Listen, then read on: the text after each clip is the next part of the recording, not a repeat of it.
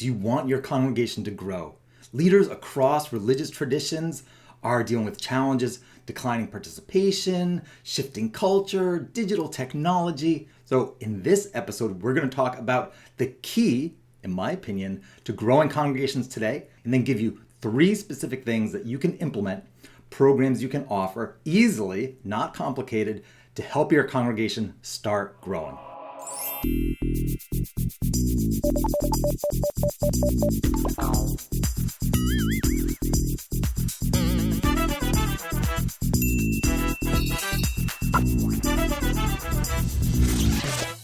Friends, welcome to the Peter Bowden Show, episode number 20. I'm here to help you lead and grow a thriving congregation, grow your congregation's reach, impact, and membership. I work with congregational leaders internationally through online training programs, then especially here in the United States where I am, through coaching programs and just other work with denominations, seminaries, etc. For me, I just want our time to be of service to you. So we're going to dive into how we can use some very straightforward strategies to start growing your congregation. Now, I should tell you that I've been working with congregations my entire adult life. I was raised Unitarian Universalist, got into consulting really as a young adult, working with youth and young adult ministry. Then that led to really pioneering some small group ministry models in my home denomination. And then just working on building community in our congregations nationally. That led to membership growth. And then when social media and online video came, I jumped into that, studied digital film. So I've been really helping congregations use the tools of our time to advance their work and mission, including media and digital strategy, my entire adult life. For those of you who are new to the show and returning friends, I'm moving to a new show format. All right. So previously I was doing some podcasting, doing, more, let's say, a range of different kinds of video content, live streams, pre-recorded, etc.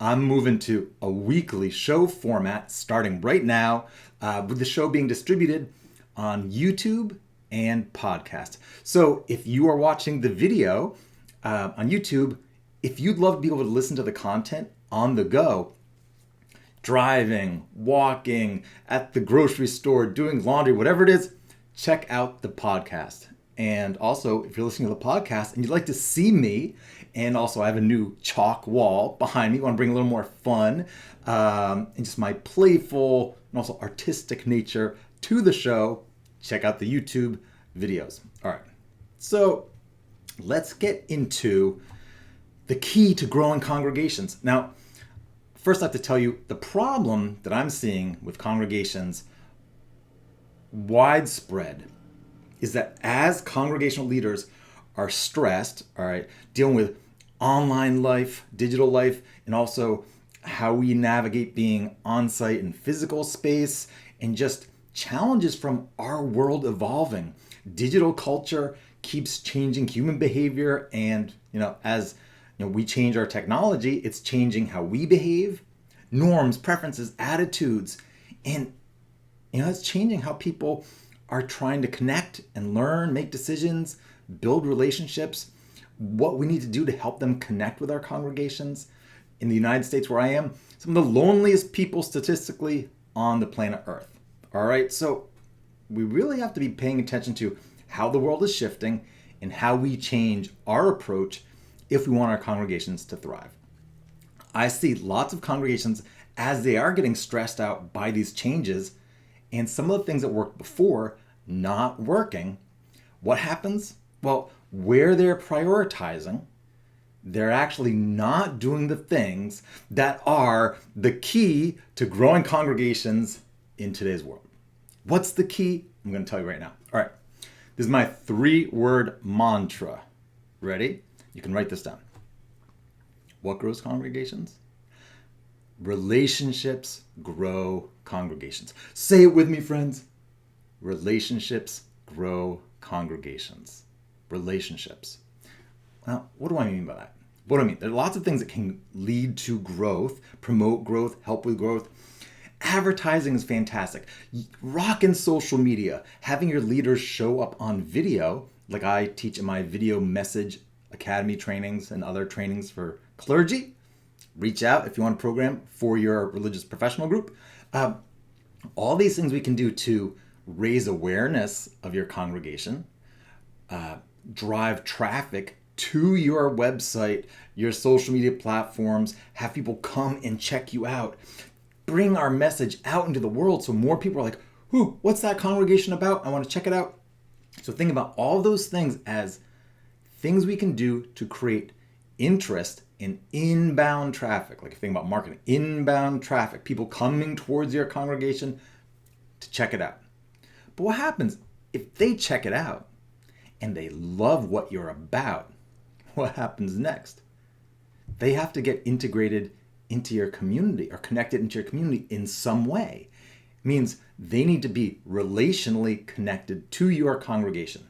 And that doesn't happen easily, automatically in today's world where there's so many things pulling people apart, away from congregational life, like Netflix and all of our streaming, being in touch with people around the world on our devices. So many things drawing us away from congregational life. So when people come and they're like, all right, I think I'm here. I think this is a place for me.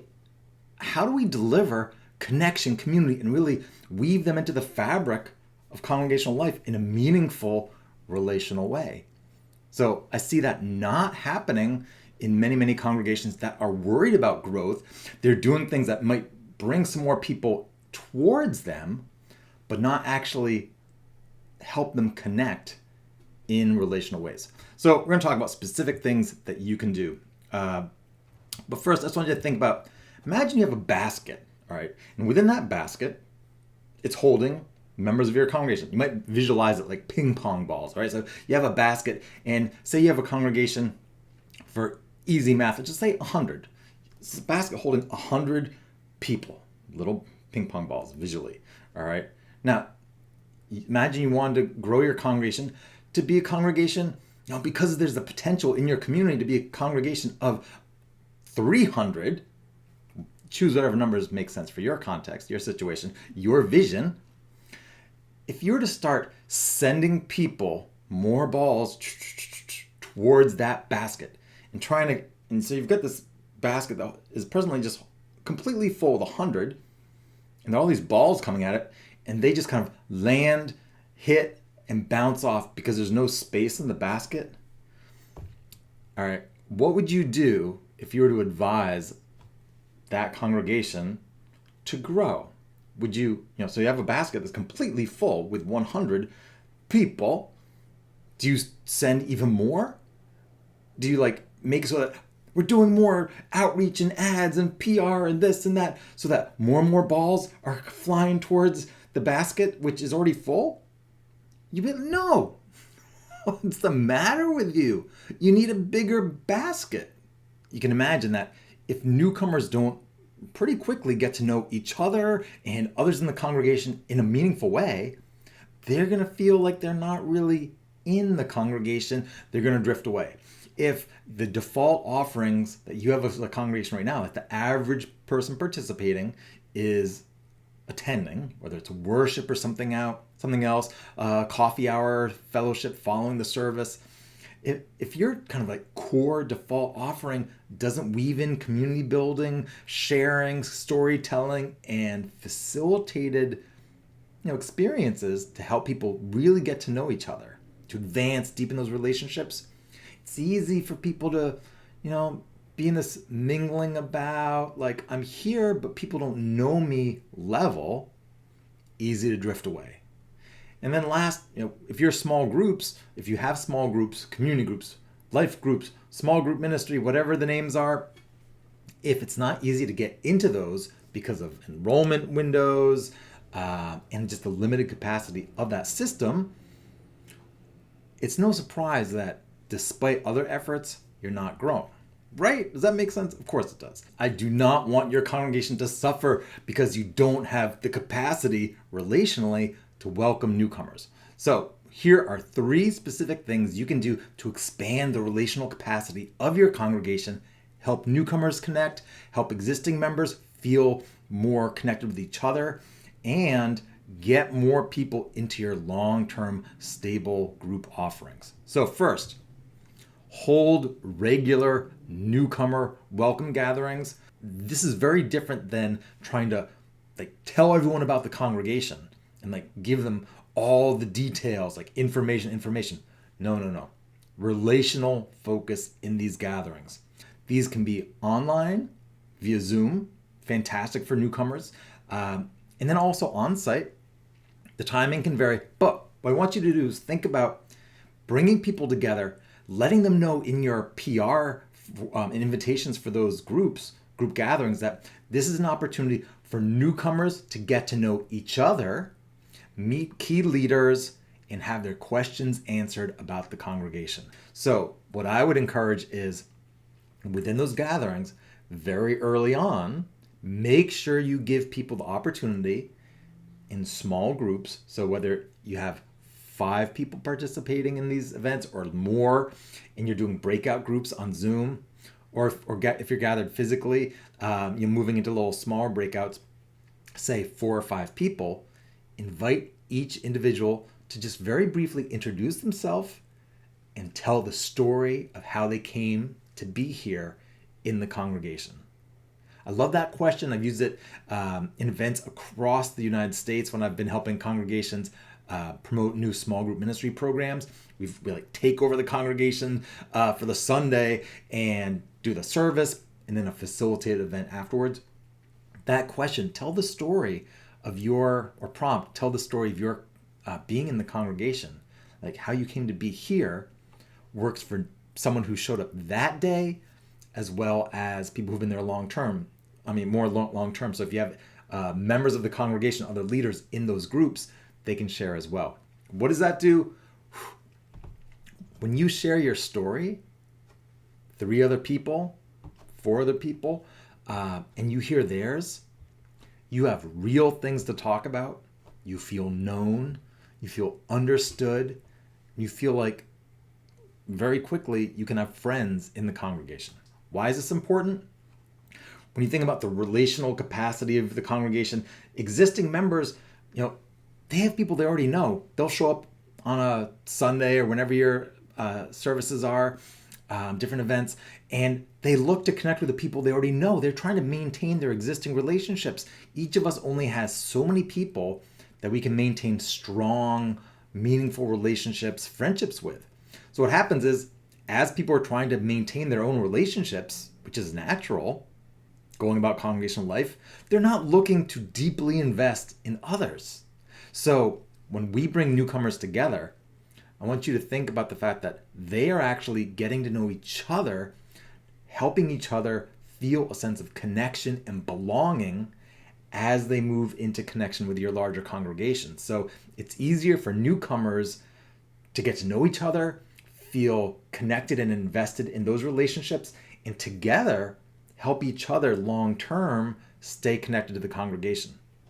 The next thing is, I just want to say that I find that many people will go to a congregation and feel like, or assume that everybody else knows each other and they're the odd person out. And so we really have to help people connect rapidly. And by giving a newcomer opportunity like that, especially online, that you can on your website be like, here's the best way to connect. And just let people know, we recommend you start, if you're interested in connecting with our congregation, attend our next newcomer gathering, because we're going to help you meet others who are new, meet our staff, leadership, etc. It could be a mix of staff, volunteers, and that's really going to help people just prioritize attending there, meeting other people, and being connected. All right, second, I want you to think about, and this requires being a little innovative, trying something new, fantastic for congregations. Periodically, it could be quarterly. It depends on the size of your congregation and how you're able to do this, but imagine taking your regular weekly service, and instead of running that service the way you normally do, you make it a community-focused day. So community, in terms of community building. So take the best of your small group, whatever small group offering you have. If you're doing community groups, small group ministry, covenant groups, there are a lot of names. You're designing an experience so that everybody in that service, the primary thing that's happening in the service is it's really a small group session happening during that service time. Yes, there's still an opening and there can be music and other things, but you are making the group experience where people share stories, reflect, get to know each other in a deep, meaningful way, the thing that's happening during your regularly scheduled worship service. Why is this important? I've been helping congregations develop small group programs for decades now. And I found that until you experience a small group, people think that they're not sure what it's going to be like. So when you actually give people the experience of that small group within the congregation's weekly service time, they're all of a sudden like, oh, that's what our groups are like. Okay, so we can also and say that this is a time for congregation-wide, we are all getting into small groups to get to know each other, to share our story, and maybe reflect on some specific questions related to whatever's happening in congregational life. Maybe there are larger justice campaigns you're working on, or it could be all sorts of things. But imagine quarterly, every so many months, you're having a community-focused day focused on community building, making sure everyone's connected. This can happen both on-site physically and online. Zoom is so fantastic with the breakout groups for doing this kind of thing. It's easy to move people around into groups and just really scale that in a way it's hard on your facility, perhaps. And those of you who don't have a facility that can handle putting 100 people, 200, 500, whatever your congregation size is, into breakout groups, maybe you want to make that day really an online day. So think about that you are giving everyone, without them signing up for something special, like, enrolling in a small group program or attending some other event, right within your regularly scheduled program, a fantastic connecting experience. So for smaller congregations, I really want you to think about that. Here's a story from my leading a similar event in a congregation years ago. I did a service with a clergy colleague about small groups and helping them launch the next phase of their small group ministry program. So following the service, after explaining to people exactly what we were doing, instead of a regular coffee hour, we had abbreviated small group sessions. So everybody came into their sanctuary, put them in groups of 5, and they had it was like a printed out session. It's not trained facilitators. We just asked someone who's comfortable reading to read through the session. So it was a script, a small group script. And so, they have an opening, they're invited to just share a brief intro, and then the core of the session was tell the story of your coming to the congregation. Like, how did you come to be here? What happens? Some people, there's laughter, there are tears. I see people who've never talked to each other, like getting hugs. So the funny part is, I get an email a few weeks later, and I guess what happened is there was someone new to the congregation, it's a woman who attended that session. She had come to check out the congregation as a newcomer before bringing her family.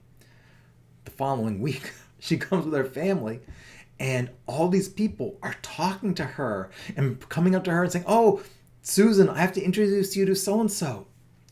Her husband was like, he was getting upset. He's like, "Who made you queen of the church last week?" I guess was the line. What happened?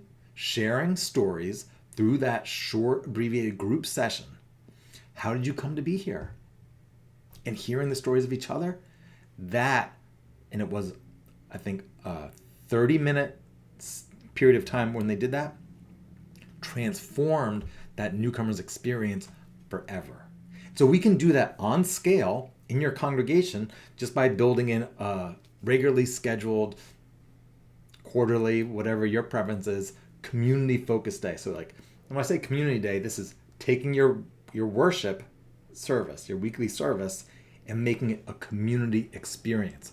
Maybe we should call it a community experience day. All right, and number 3, when it comes to small groups, if you want to grow a congregation, and larger congregations know this, to get big, you have to learn how to deliver intimacy.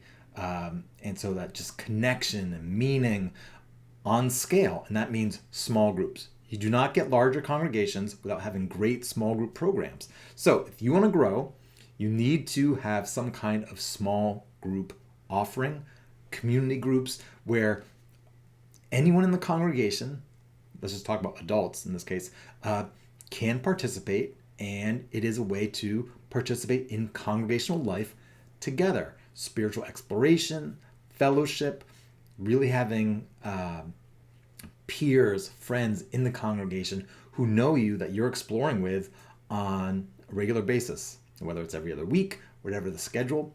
Now, if you don't have the capacity to welcome people into those groups as newcomers come, what happens?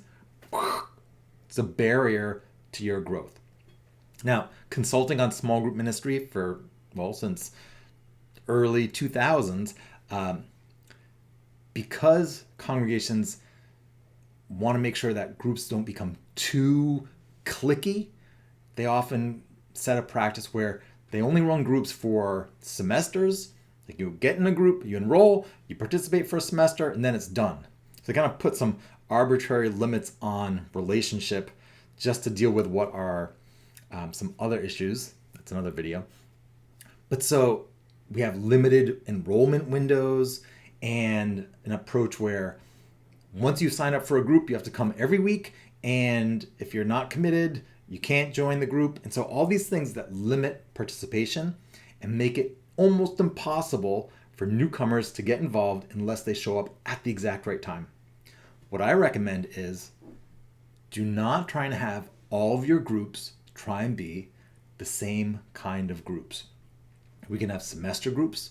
We can have longer term groups for some people over time, like they build real deep friendships and they want to be meeting and exploring spiritual themes, living life with those friends. And so I think we need to be a little flexible and sophisticated in having different kinds of groups. But we can also have groups where we identify leaders, people like me, who love connecting newcomers into the congregation, love what small groups are about in terms of topics and whatever your content is, your model, and have groups that are designed to welcome people and continually grow. So in my experience, I've done things like years ago when I was running young adult small groups, we would just say, if you see any young adult in our community, like coming into the congregation, bring them over to Peter or so-and-so, and we want to invite them to our next small group. So what happened?